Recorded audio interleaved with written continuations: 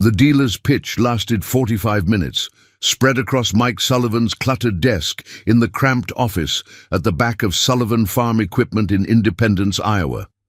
Financial projections, tax write-off calculations, productivity analyses.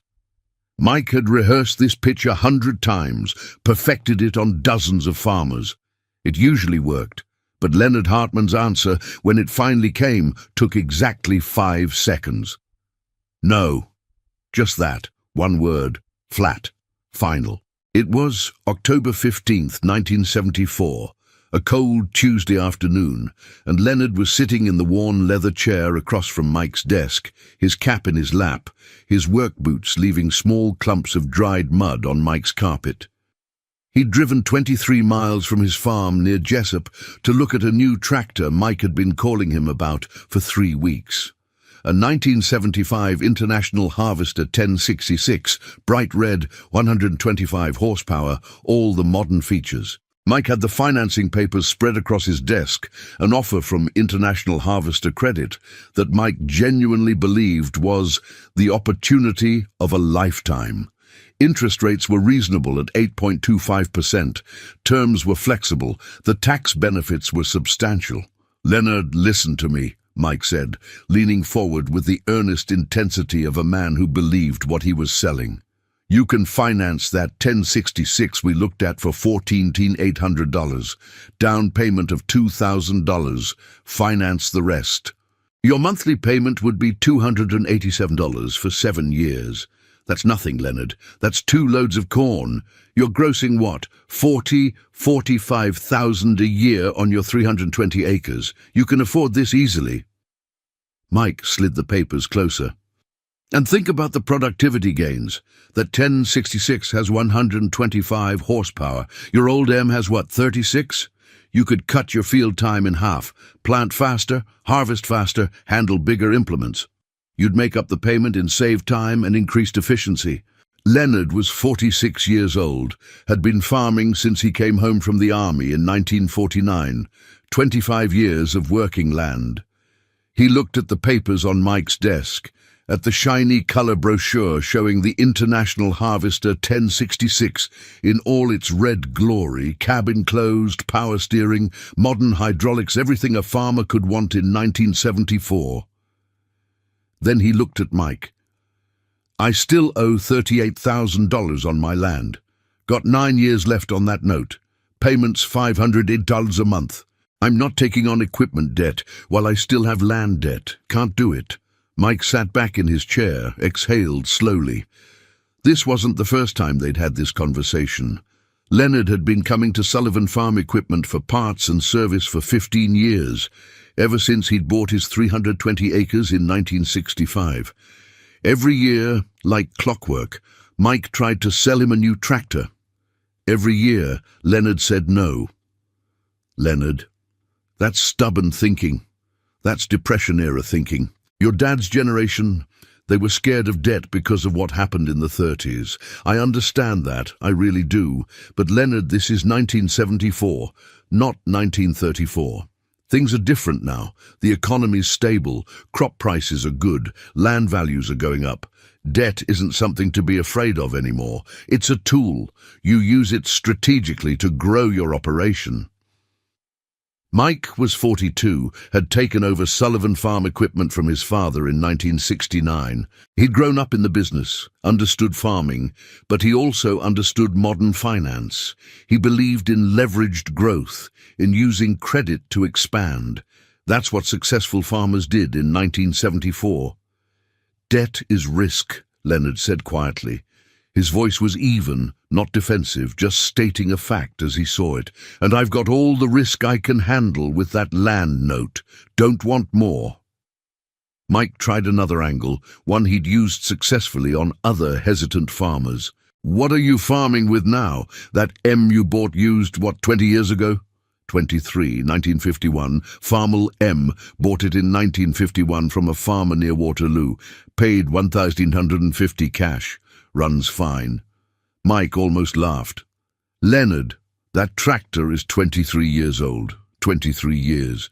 It doesn't have a cab, doesn't have power steering, doesn't have modern hydraulics or a synchronized transmission.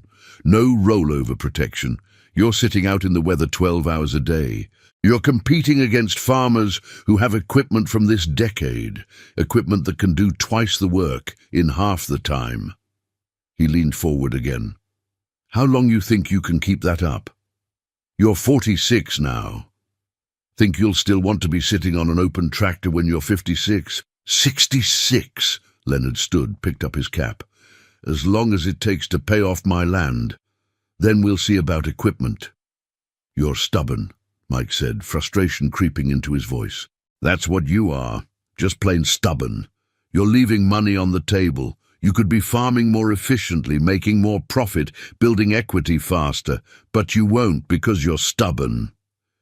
Leonard smiled slightly, not offended. He'd been called worse. Maybe so, but I sleep at night, Mike. Can't put a price on that. He walked out. Mike watched through his office window as Leonard climbed into his 1967 Ford F-100 pickup and drove away. Mike shook his head, made a note in Leonard's file. Refused financing again. Won't buy new, stubborn. Then he turned his attention to his next appointment, a younger farmer who was ready to finance a new 1466. Leonard had bought his 320 acres in Buchanan County in January of 1965 for $265 per acre, total purchase price, $84,800. It was good land, black soil, flat, well-drained. The previous owner had died and his widow was selling to move to town. Leonard had $17,000 saved, money accumulated over 16 years of working as a mechanic at the Case dealership in Waterloo while farming rented ground on the side. He put that down and financed the remaining $67,800 through Buchanan County Savings Bank at 6.5% interest over 20 years. His monthly payment was $508.27, which Leonard always thought of as $508. Every month on the first, that $508 had to go to the bank. No exceptions, no delays. The land payment came before everything else. That payment consumed Leonard's thoughts in a way that people who've never farmed with debt might not understand. It was always there, always in the back of his mind. When he woke up in the morning, when he was working in the field, when he was lying in bed at night, $508 every month for 20 years. That was $121,168 total he'd pay for land that cost $84,800. The bank share was $3,768. His wife, Ruth, understood the weight of it. Her father, Raymond Kowalski, had lost a farm near Dysart in 1933. Lost it to a bank foreclosure when he couldn't make payments after crop prices collapsed. Ruth had been 4 years old when they'd lost the farm. She remembered fragments, her mother crying. Strangers walking through their house, looking at furniture, moving to a rented house in town that smelled like mildew and had no yard. She'd grown up poor in town, watching her father work factory jobs he hated, watching the defeat in his eyes every time he drove past farmland. She'd married Leonard Hartman in 1950, knowing he wanted to farm, knowing he'd saved money to buy land someday. But she'd made him promise one thing before she said yes: never more debt than you can handle. Never risk what happened to her father. $508 a month on the land was all they could handle. Leonard had calculated it carefully, conservatively, assuming bad years. In an average year, farming 320 acres of corn and soybeans, he could expect to gross $40,000, $45,000. After seed costs, fertilizer, fuel, equipment repairs, insurance, property taxes, and basic living expenses for the family, he'd net somewhere around $15,000 to $18,000 in profit. The land payment of $6,096 per year consumed about 40% of that profit. It was tight, very tight, but manageable if they were careful. They didn't take vacations. Didn't eat out. Ruth sewed clothes for the kids. They bought groceries on sale, heated with wood. Leonard cut himself, drove vehicles until they literally wouldn't run anymore. If Leonard added a tractor payment of $287 per month, that would be another $3,144 per year. Total debt service would jump to $9,540 annually, which would be almost 65% of his profit in an average year. That left almost no margin for error. One bad crop year, one major equipment breakdown, one unexpected expense, and they'd be in trouble, real trouble. So Leonard kept farming with his 1951 Farmall M. The tractor was old, visibly worn, slower than modern equipment, uncomfortable. No cab meant sitting in summer heat and spring rain and fall cold. No power steering meant fighting the wheel all day. The seat was a metal pan that Leonard had padded with an old tractor tire tube covered in canvas. The engine was loud enough that Leonard's hearing was permanently damaged. But the tractor was paid for. It ran. And every dollar Leonard didn't spend on a tractor payment was a dollar that could go toward paying off the land faster. In 1975, Leonard started making extra payments on his land note. The bank payment book said $508 per month, but Leonard started paying $700 whenever he could.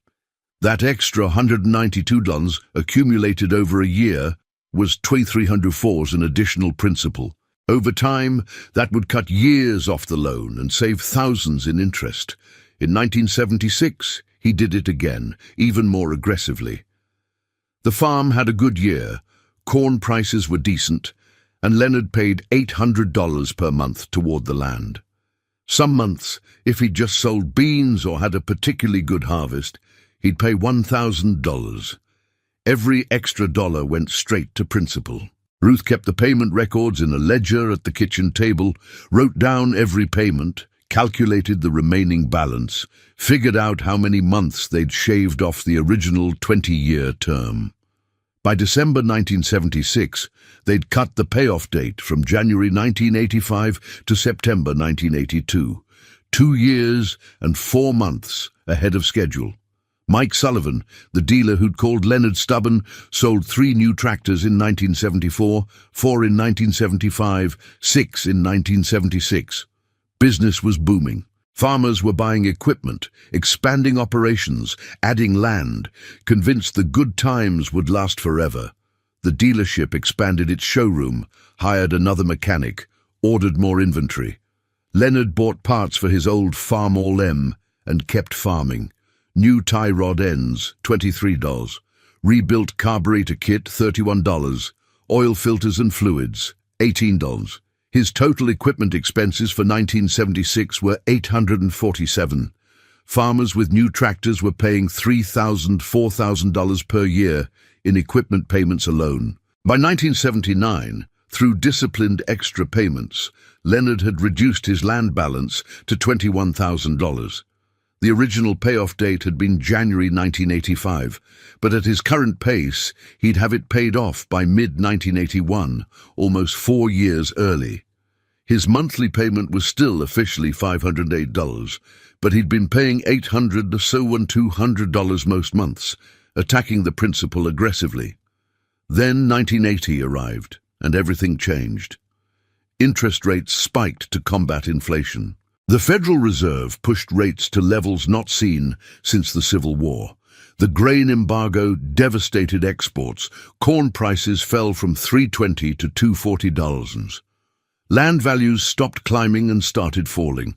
Farmers who'd bought equipment in the mid-70s, who'd expanded on credit, who'd borrowed against rising land values, suddenly found themselves squeezed. Their debt hadn't changed, but their income had been cut in half. Their collateral was evaporating. By 1982, the full crisis was underway. Foreclosures accelerated.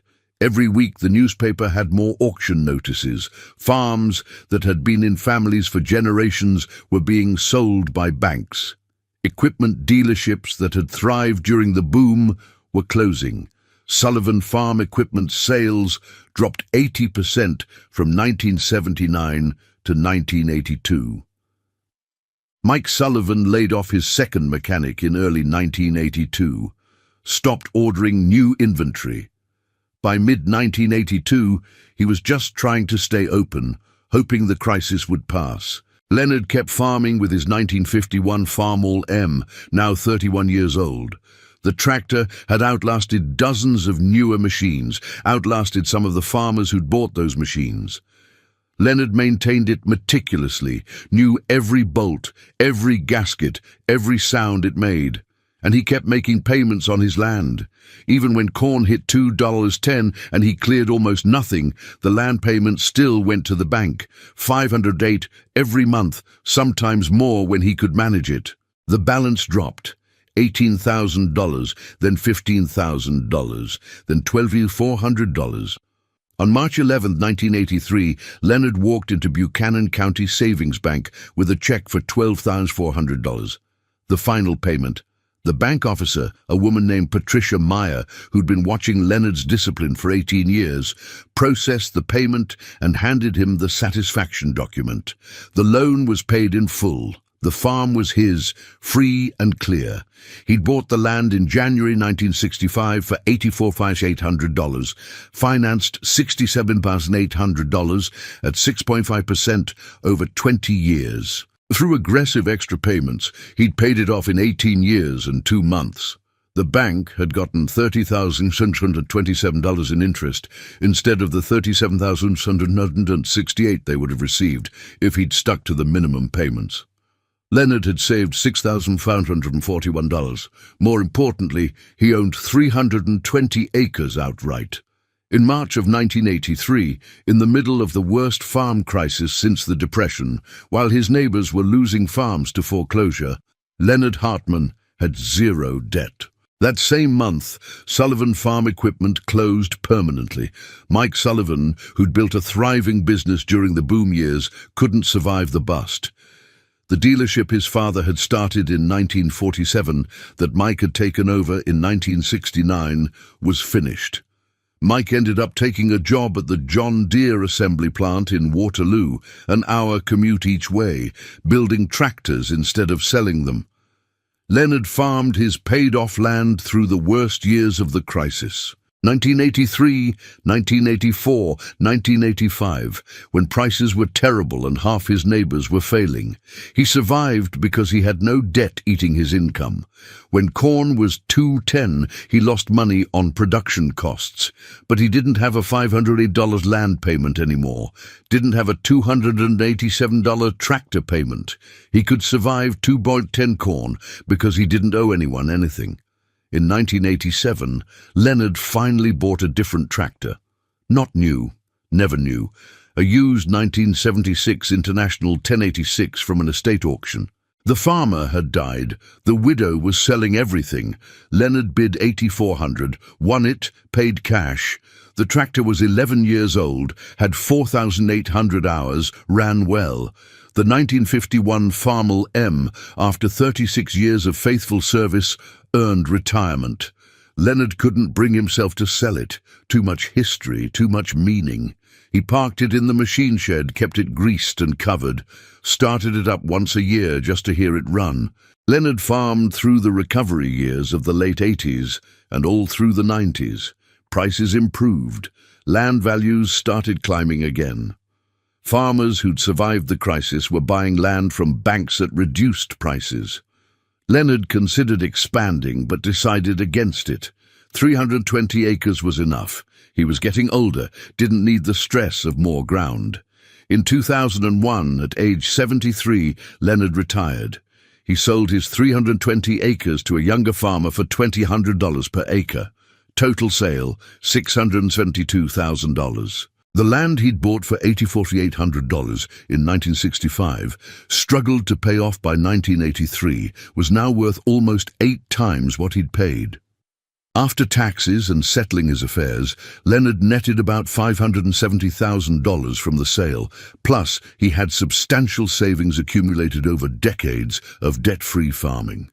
He and Ruth bought a modest house in Independence, lived comfortably on the farm sale proceeds and Social Security. Leonard died in March of 2016 at age 88. Ruth had passed 2 years earlier. At Leonard's funeral, his oldest son James, who'd never farmed but had watched his father's philosophy play out over 50 years, gave part of the eulogy. "Dad was called a lot of things over the years. James said to the crowded church. Cheap, old-fashioned, behind the times. The word the farm equipment dealer used was stubborn. Said Dad was stubborn for refusing to buy new equipment on credit. James paused. And you know what? Dad was stubborn. Absolutely stubborn. He had a goal, which was to own his land free and clear, and nothing was going to get in the way of that goal. Not peer pressure from neighbors with new equipment, not sales pitches from dealers, not the temptation to look more successful than he was. Nothing. He looked at the crowd. That stubbornness kept us farming. When the crisis hit in the early 80s and half the farms in this county went under, we survived. Not because we were better farmers or smarter or luckier. Because we owned our land. No bank could take what we owned. James told the story of the 1951 Farmall M, the tractor Leonard had farmed with for 36 years while everyone else upgraded. That tractor is still in the shed on the farm. The new owner kept it as part of the sale. It still runs. Dad started it up every year until he couldn't physically do it anymore. It was a symbol to him. A symbol of choosing ownership over appearance, of choosing security over status. After the funeral, some of Leonard's old neighbors gathered at the farm one last time. The new owner, a man named Derek Paulson, who'd bought the place in 2001, had maintained Leonard's old machine shed. The 1951 Farmall M was still there, cleaned up, preserved. One of the old neighbors, a man named Vernon Schmidt, who was 81 and had survived the crisis through similar conservatism, looked at the old tractor and said, I remember in the 70s thinking Leonard was foolish. Everyone was buying new equipment. Everyone was expanding. Leonard just kept farming with this old M, kept making extra payments on his land. We thought he didn't understand modern agriculture. Vernon laughed bitterly. We were the ones who didn't understand. We didn't understand that land you own is worth more than land you owe on. We didn't understand that an old tractor that's paid for will outlast a new tractor that isn't. Leonard understood. We had to learn the hard way. Another farmer, younger, maybe 60, said, Same thing's happening now. Farmers buying $500,000 combines, $400,000 tractors, all financed. Everyone says you have to or you can't compete. Same thing they said in 1974. And it's probably wrong again, Vernon said. The crisis will come, always does. And when it comes, the farmers who own their equipment will survive. The farmers who owe will struggle. James Hartman, listening to this conversation, thought about his father's stubbornness, about the dealer who'd called Leonard stubborn for refusing credit, about how that stubbornness had looked like foolishness in 1974, but looked like wisdom in 1983, and looked like genius in 2016. The dealer called Leonard Hartman stubborn for refusing credit in 1974. Mike Sullivan had meant it as criticism, as a judgment of Leonard's backwards thinking. But Leonard took that stubborn refusal and turned it into survival. Kept his old Farmall M, paid off his land 2 years early, farmed debt-free through the crisis that killed half his neighbors' operations. The dealer's business went bankrupt in 1983. Leonard farmed until 2001 and sold his land for $672,000. Stubborn won, credit lost. And that old 1951 Farmall M, the tractor everyone said Leonard should have replaced, still sits in the shed where Leonard parked it in 1987, still starts, still runs. A monument to the idea that sometimes the stubborn choice is the right choice, that sometimes refusing what everyone else is doing is exactly what saves you. Mike Sullivan died in 2009 at age 77, worked at the John Deere plant until he was 70, never farmed again, never sold equipment again. Leonard Hartman farmed for 52 years, retired wealthy, lived comfortably until 88. The man who called him stubborn lost. The stubborn man won. That's the whole story. EOF Leonard farmed his paid-off land through the worst years of the crisis. 1983, 1984, 1985, when prices were terrible and half his neighbors were failing. He survived because he had no debt eating his income. When corn was $2.10, he lost money on production costs. But he didn't have a $508 land payment anymore, didn't have a $287 tractor payment. He could survive $2.10 corn because he didn't owe anyone anything. His neighbors who'd financed heavily couldn't survive. They'd made the same crops Leonard made, worked just as hard, were just as skilled, but they had payments that consumed 60, 70, 80% of their income. At $2.10 corn, the math didn't work. They lost everything. In 1987, Leonard finally bought a different tractor. Not new, never new.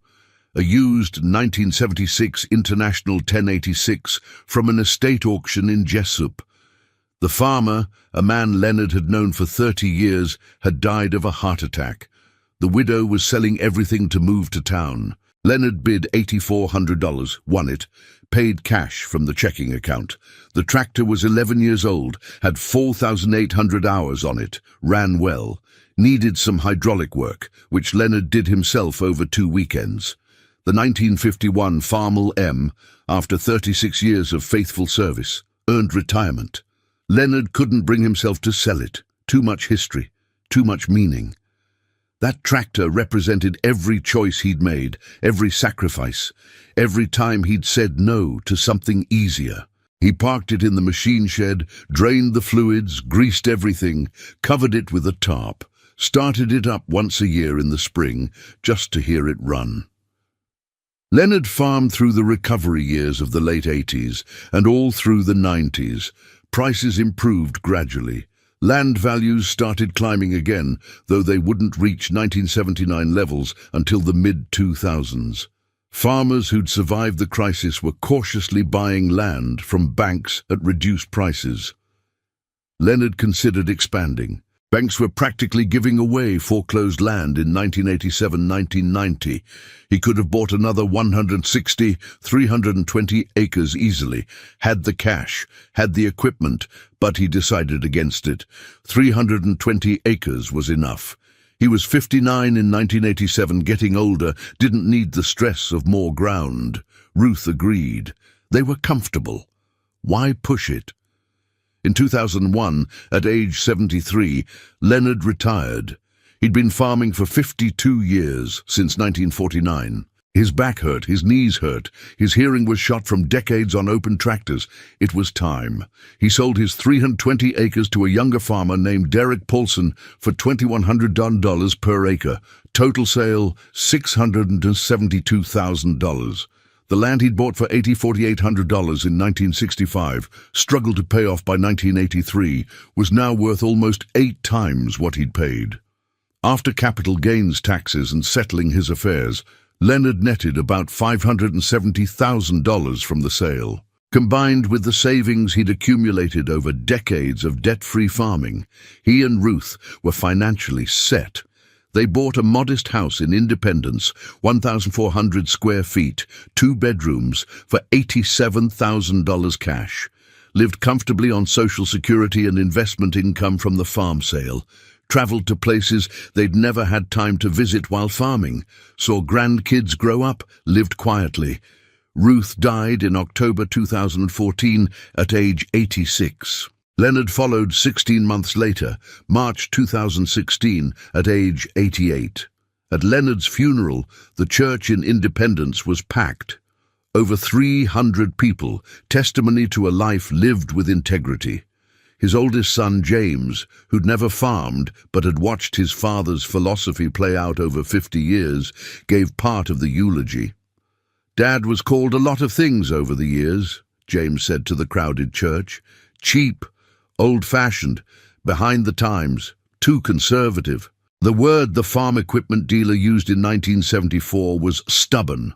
Mike Sullivan said Dad was stubborn for refusing to buy new equipment on credit. James paused, letting that sink in. And you know what? Dad was stubborn. Absolutely stubborn. He had a goal, which was to own his land free and clear, and nothing was going to get in the way of that goal. Not peer pressure from neighbors with shiny new tractors, not sales pitches from dealers who made it sound so easy. Not the temptation to look more successful than he was. Nothing. He looked at the crowd. That stubbornness kept us farming. When the crisis hit in the early 80s and half the farms in this county went under, we survived. Not because we were better farmers or smarter or luckier. We survived because we owned our land.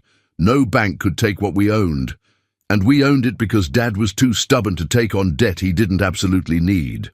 James told the story of the 1951 Farmall M, the tractor Leonard had farmed with for 36 years, while everyone else upgraded every 5 or 7 years. That tractor is still on the farm. Derek Paulson kept it as part of the sale in 2001, maintains it, starts it up occasionally. Dad went out there a few times after he retired, just to see it, to sit on it one more time. It was a symbol to him, a symbol of choosing ownership over appearance, security over status, substance over show. After the funeral, some of Leonard's old neighbors gathered at the farm one last time. Derek Paulson, the current owner, had invited them.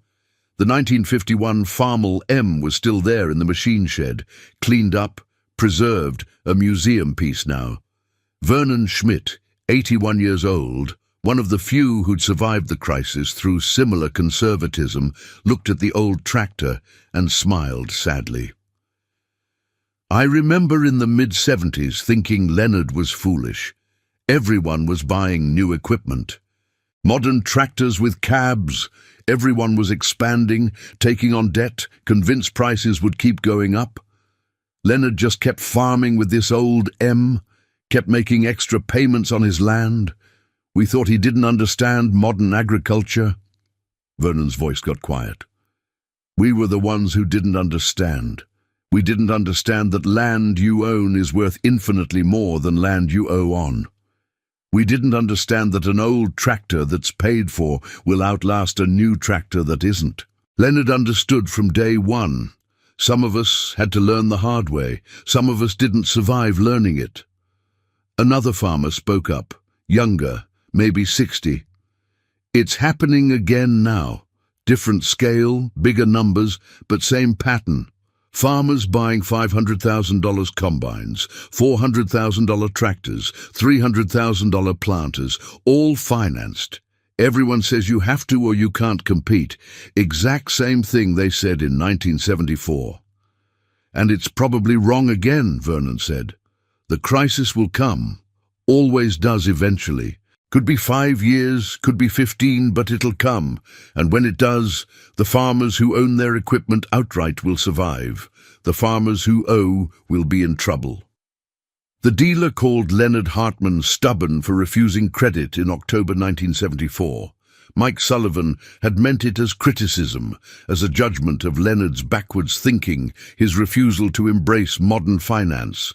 But Leonard took that stubborn refusal and turned it into survival. Kept his old Farmall M for 36 years, paid off his land 2 years early, farmed debt-free through the crisis that killed 14% of Buchanan County's farms. Mike Sullivan's business went bankrupt in October 1982. Mike worked at the John Deere plant until he was 70, never farmed again, never sold equipment again, died in 2009 at 77. Leonard Hartman farmed for 52 years, retired with $570,000 from his land sale, plus substantial savings, lived comfortably until 88. Stubborn won, credit lost. That's the whole story.